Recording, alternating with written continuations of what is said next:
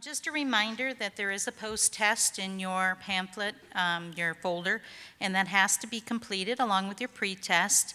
And I'm assuming we would leave those out on the registration table when you leave.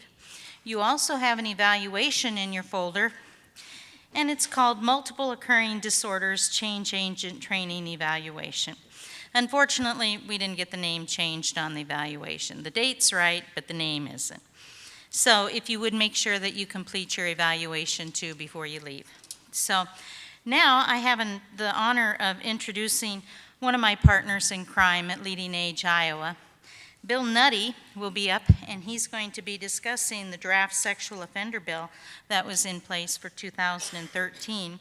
He has his bachelor's degree in journalism from Iowa State University and a master's degree in public administration and a Juris Doctorate from Drake University.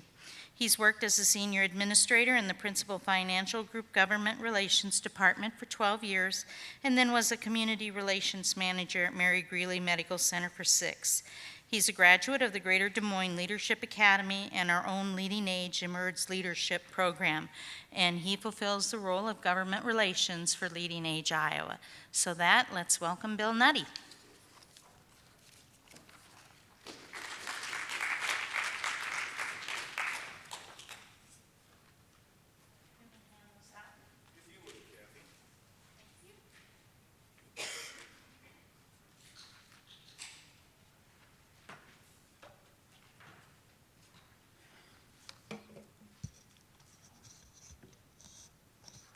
I guess those of you that have lived in the central Iowa area for many years, you know that this used to be a John Deere production facility. So in honor of that, I have a little joke.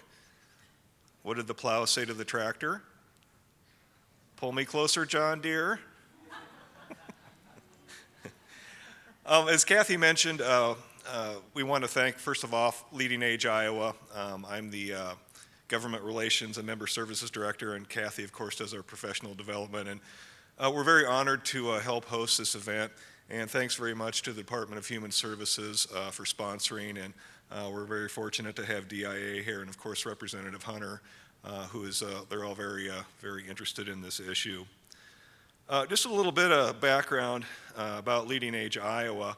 We'll celebrate our 50th anniversary next year in 2014.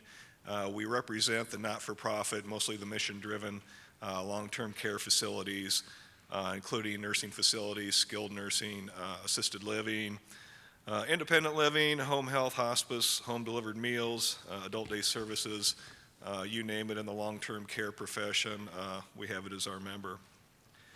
Our mission is to expand the world of possibilities for aging through advocacy, education, and collaboration. You're seeing all three of those going on here today. And our vision to be the trusted leader and resource for excellence in aging services. As Kathy mentioned, what I'm going to do is go through the House File 552 bill draft. And for those of you that are remoting in on the web feed, we sent this out this morning. Hopefully you got it. If not, we'd be happy to send it out. What I did is House File 552, the bill draft actually is about 20 pages. It's pretty long, and those of you that work in the legislature know that when 3 words will work, why don't we use 10? So what I've attempted to do is go through the bill and kind of condense down some of the more relevant provisions in it. Basically what it does, it addresses a lot of what we talked about here today. Number one is the facility being a nursing facility, assisted living, or a residential care facility, to check the sexual registry, see if you have a resident or a tenant that's on the registry, or if you're admitting someone. Number two, if you do, the bill would require the provider to come up with a safety plan to protect employees, other residents, tenants, and whatnot, and also to notify the community that they do have a sexual offender living on their community.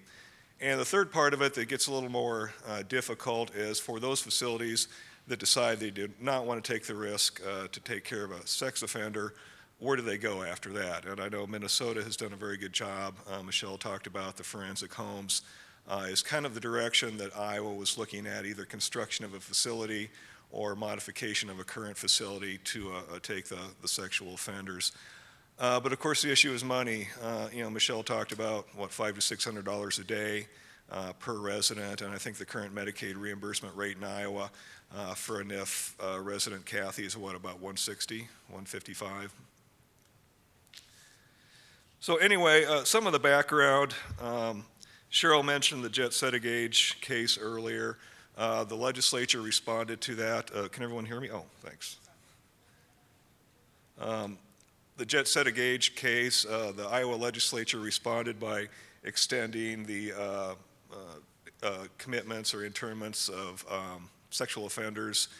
And this was 10 years ago, so there's a cohort that's going to be coming out more and more often, greater numbers of them out of the Department of Corrections.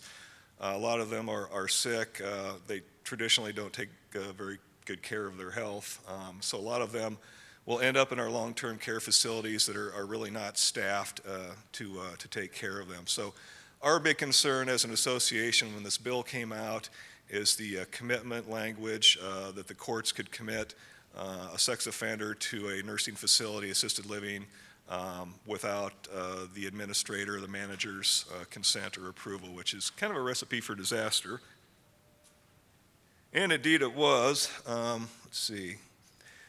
Here's a Des Moines Register editorial. We kind of talked about the Pomeroy case earlier, Pomeroy Care Center. And that's exactly what happened. An elderly sexual abuse offender was committed to a facility that was not prepared to take care of him. He reoffended in the facility in front of a small girl that was there visiting. It created some kind of a media firestorm and started the process for the bill negotiations actually 2 years ago.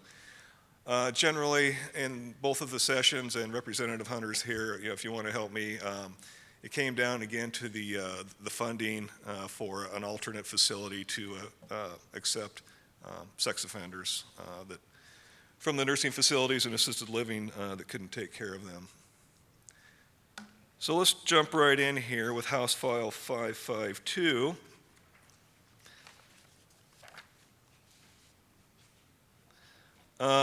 It's an act providing for placement, release, notice, and safety procedures relating to sex offenders and nursing facilities, residential care facilities, assisted living programs, and providing penalties, including effective date provisions, would have addressed placement, release, notice, and safety procedures relating to sex offenders and nursing facilities, RCFs, and assisted living programs.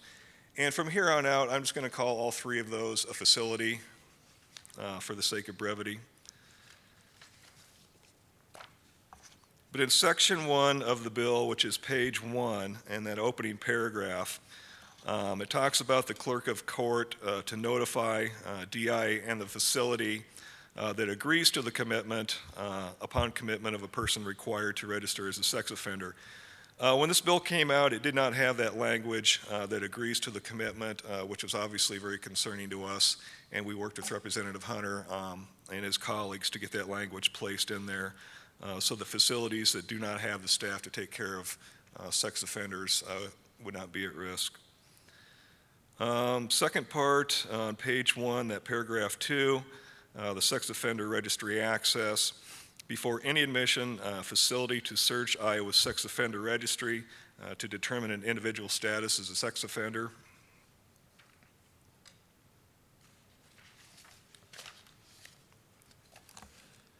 Page 1, paragraph 3, notice of admission, treatment, and safety plans. If admitting a sex offender, facility to provide notice to all other residents and tenants, emergency contact and their next of kin, operators, owners, managers, and employees of the facility, also visitors to the facility, and the sheriff, who then, the sheriff to notify local law enforcement. Page 1, graph 4, facility to implement a written safety plan. We'll talk about that a little bit later. DIA would promulgate those rules. Number 5, which is page 2, top of the page, again, that's the bill draft. The notice and safety plan is contingent on the opening of a state or private facility offering placement to sex offenders needing medical or personal care. Again, this is usually provided by facilities.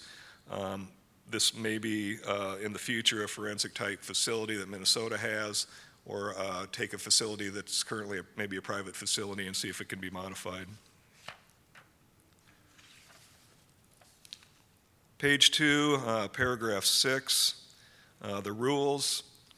DIA to establish notice and safety requirements to include at a minimum notice and timing of a notification.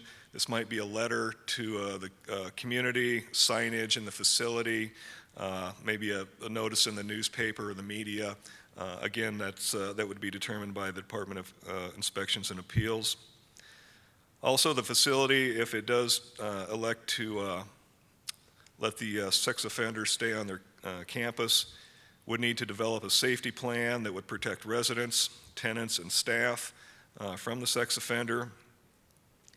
Also, another safety plan for if they have a community function on their site, a Rotary Club meeting or whatnot, where members of the community come in from outside, they would need to develop a safety plan to help protect those groups.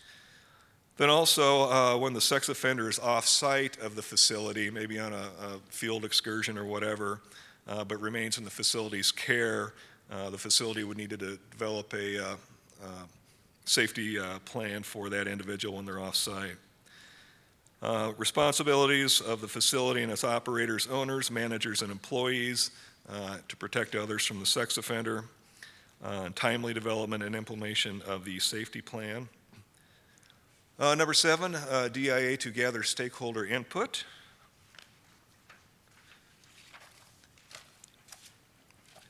Next page, section 3, middle of page 3.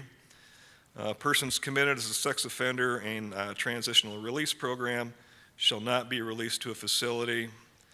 Section 4, persons committed as sex offenders should not be released to a facility when a release with or without supervision is ordered. Section 6 then begins the part about assisted living programs. That's at the bottom of page 3. Going over to page 4, that underlined text is new. And again, we talked about the commitment language. We really want a nursing facility administrator or an assisted living program manager the ability to deny a court-ordered placement. So that is new language there. Number 2, the managers are not required to enter into an occupancy agreement. Again, this is assisted living with an individual through court order, referral, or other means without prior approval of the assisted living program manager. So there again, they can refuse to go enter into an occupancy agreement with a sex offender. Section 7, both on the nursing facility side of it and assisted living too, it's codified that they cannot allow someone into their facilities or their programs that's a danger to others. Basically what this is reinforcing that, saying if assisted living program admits a resident or tenant known to be a danger to others, specifically a sex offender, they could be assessed civil penalties for that. Section 8, bottom of page 4, clerk of court to notify DIA and admitting entity of the sex offender commitment to the facility. Again, that would be the state or private facility. Section 9, this begins on page 5, placements of persons required to register as sex offenders. The definition of adequate placement, of course, would be that their level of care needs are met, be it nursing facility or an RCF. There's different levels of care. Number 2 addresses the placement of persons required to register as a sex offender when no other facility will accept them. Number 3, DHS may use a state facility to provide care or issue an RFP for a private contractor for a facility to accept sex offenders. After completion of the RFP process and the opening of the state or private facility, DHS must secure placement for the following: sex offender being released from custody of the Department of Corrections or a judicial district when that person needs medical and personal care provided by a facility. Sex offender discharged or transferred from a facility pursuant to a provision of this bill, or a person who requires the type of medical and personal care provided by a facility that is unable to gain access to a facility because that person is a sex offender. DHS to secure adequate placement for sex offenders within 10 business days of notification that placement is needed. DHS to provide notice to the General Assembly and Governor upon the facility opening. Section 10, we get into the workforce development issues. As we've talked about all morning, all afternoon long, you're dealing with a very difficult population, sometimes a very dangerous population, and just putting in your kind of standard variety CNAs to take care of these people without adequate training puts them at risk. You mentioned they're master manipulators and whatnot. So Section 10 of the bill, which begins in the middle of page 6, addresses that. DHS to establish workforce development task force to address problems to ensure an adequate workforce is available to provide health and mental services to sex offenders. Membership on this task force would be the Department of Aging, Department of Corrections, Department of Education, Department of Human Services, Department of Public Health, 4 General Assembly members, including the House and Senate leadership. And this is kind of interesting, 3 sex offenders, also 3 mental health providers, 3 direct care workers, and as Michelle mentioned in her presentation, they didn't involve the workforce before designing this, the forensic nursing home, and kind of paid the price for that. So fortunately, this bill does include 3 direct care workers. And finally, 3 sexual assault victims. It's kind of interesting. I don't know what the comfort level would be to have the 3 sex offenders and the 3 sexual assault victims maybe in the same room together, if that's a good idea or not. Again, a report required annually to the Governor and the General Assembly. This is section 11 then, page 7, the Permanent Facility Committee. This would be a forensic type of a facility. Again, there's going to be a committee to examine a permanent facility. As you can see by the membership there, it includes just about everyone in the state of Iowa, so I'm not going to read through that. Hopefully we would get some really good feedback from this task force if this bill resurfaces and is passed. But they'll recommend options for a facility to care for sex offenders and required care provided by a facility. This group will identify the sex offenders to be served, the need for a facility, options for creating a new facility or expanding an existing facility, or some type of alternate housing for sex offenders, options to qualify facility for Medicaid, cost projections for the recommendations, and other information deemed relevant. It also would address the responsibility of the court or the clerk of court, Department of Corrections, or other entities to inform a facility agreeing to commitment of the admission of a sex offender and notify persons of the sex offender discharge. Consider and recommend requirements of a treatment safety plan when the sex offender, when that person is admitted. Consider establishment of a formal process for DIA when conducting survey and certification. Kathy brought that question up earlier. This is kind of a different doc that is dealing with a different type of a population regarding survey and certification. Consider establishment of a system for a judicial branch to identify facilities able to provide appropriate placement for a person requiring commitment.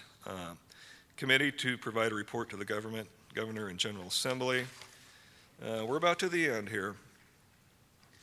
Section 12 allows DIA to adopt emergency rules that must be approved by the Administrative Rules Review Committee.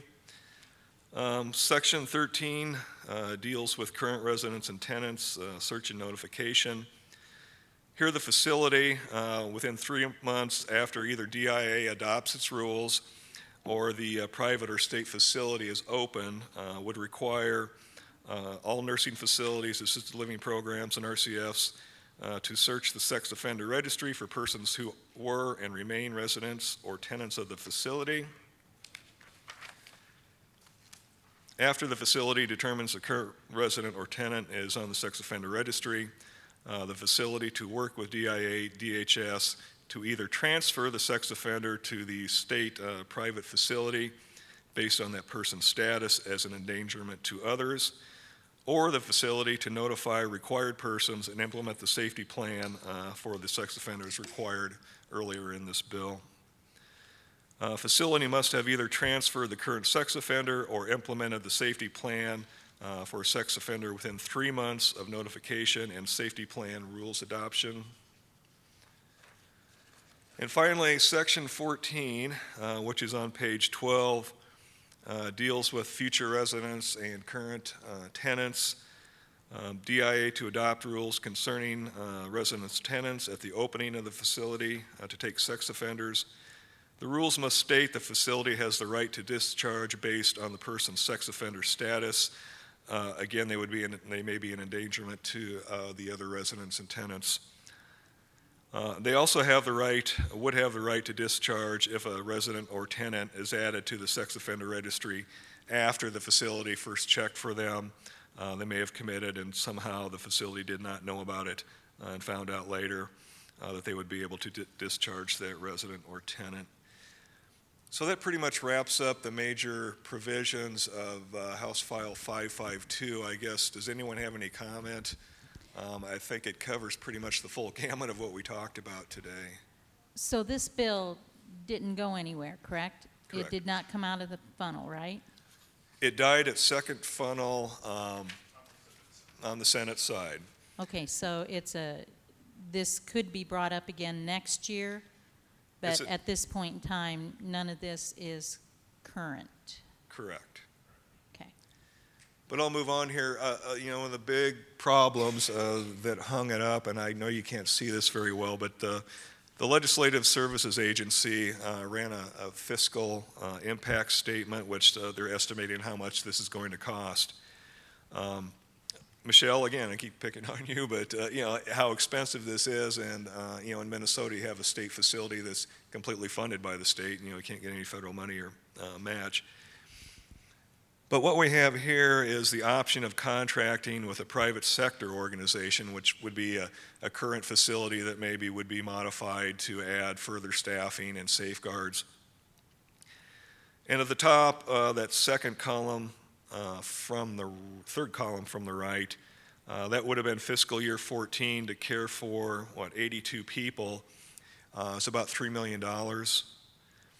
And then in drop down one in fiscal year 15 to care for 120 people is about $3.6 million.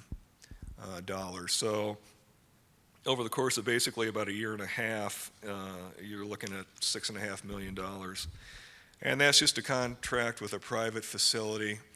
And again, I know you can't see this very well, but this is the fiscal impact statement for the state building a facility similar to the forensic nursing home. At the very bottom, you see the total state cost of $7.1 million for fiscal year 14, and that includes $1 million for construction, which seems ridiculously low to me. And then in fiscal year 15 is $4.5 million. So then you're looking at $11.5–12 million, and in my opinion, that would be on the low side. So that's where this really got stuck, and I think as this issue arises again, these issues they're going to have to be addressed, especially the reimbursement end of it. These people are very expensive to care for, but they're also a very high risk to be placed in the general community of vulnerable, elderly, and disabled populations. It's really no excuse to put them at such a high risk in the future. I guess that's my sermon. If this does come up again next year in the General Assembly, I hope you'll remember this session today, and that you have more of an enlightened How many experience. people are we talking about? Excuse me? Do you know numbers? Like how Numbers. many are out there right now that might need placement? Or how many, up in Minnesota, they have 34 in their forensic area. And they're a lot bigger than Iowa. So how many, any ideas? I did a stat that we have 207 people at age 67 and over that are registered today. Cheryl says 207.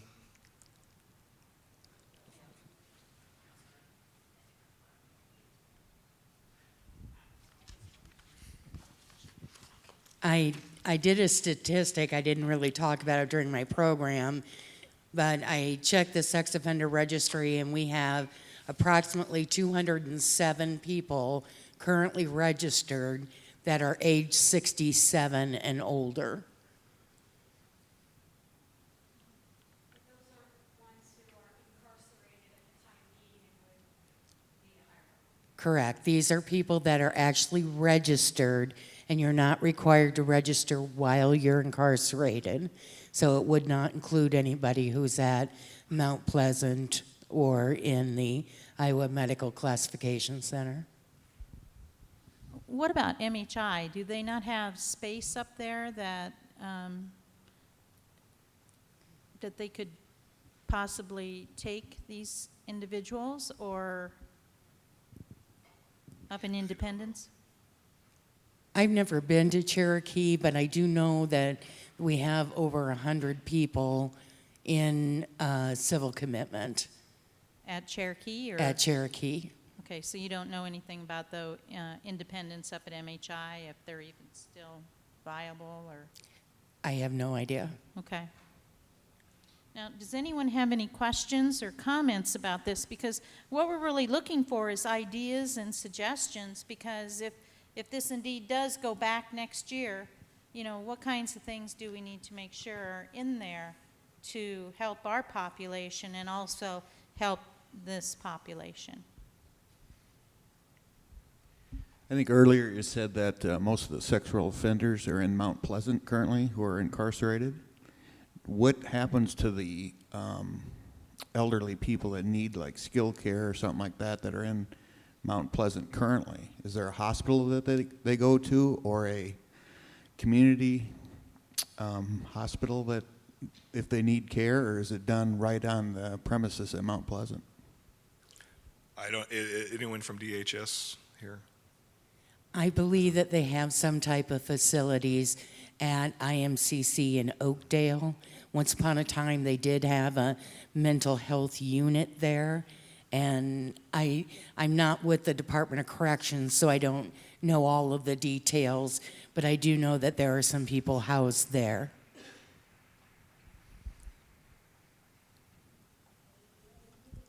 Other comments or thoughts?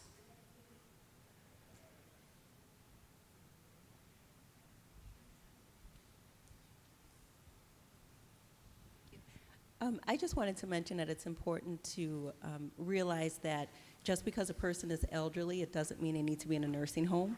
And so when you look at age qualifications for programs and things like that, there are people over age 65 that are healthier and more independent than some 30-year-olds. So when you're developing a program, whether it's for sex offenders or anyone else, we base our program in Minnesota on the need of the resident, and in particular ADL needs. And that's certainly added more things for us to consider in our program, because there is a quite a range of ages of people in our program. But if you really look at needs, it's just an easier way to meet it. How did you guys come up with the group home idea of 4 people in a setting? Is that something that you always had in place, or is that something you developed more for this type of population? The adult foster care 4-bed really came about when the state of Minnesota chose to close the institutions. And the services for those with developmental disabilities have always been more advanced, probably because it's accepting, you know, someone that has Down syndrome, you know, it's accepting to be able to care for them. And so that model, that 4-bed adult foster care model, really came from serving that population. And then when the initiative took place to close the state institutions, it was just naturally, okay, we'll start developing adult foster care for people with brain injury or a mental health diagnosis. And now we're actually, you know, kind of word of caution, the state of Minnesota is actually at that point of the expense, because we have so many 4-bed adult foster care homes throughout the state that we are not able to afford that setting. And what happened is people that really didn't need that intense level of supervision. I mean, 4 people is a very small setting. But yet, because it was so easy to place people in that setting, we kept going and kept going. Now we've got too many, and there are people placed in that small setting that really don't need that level of care. So now we're going through another transition of serving some of those people that are currently in 4-bed foster cares in the community, where they're living in their own apartment and, you know, providing some hourly services with them. So it's just been kind of an evolution, you know, as to how those, you know, 4-bed foster cares came about. Other comments or questions?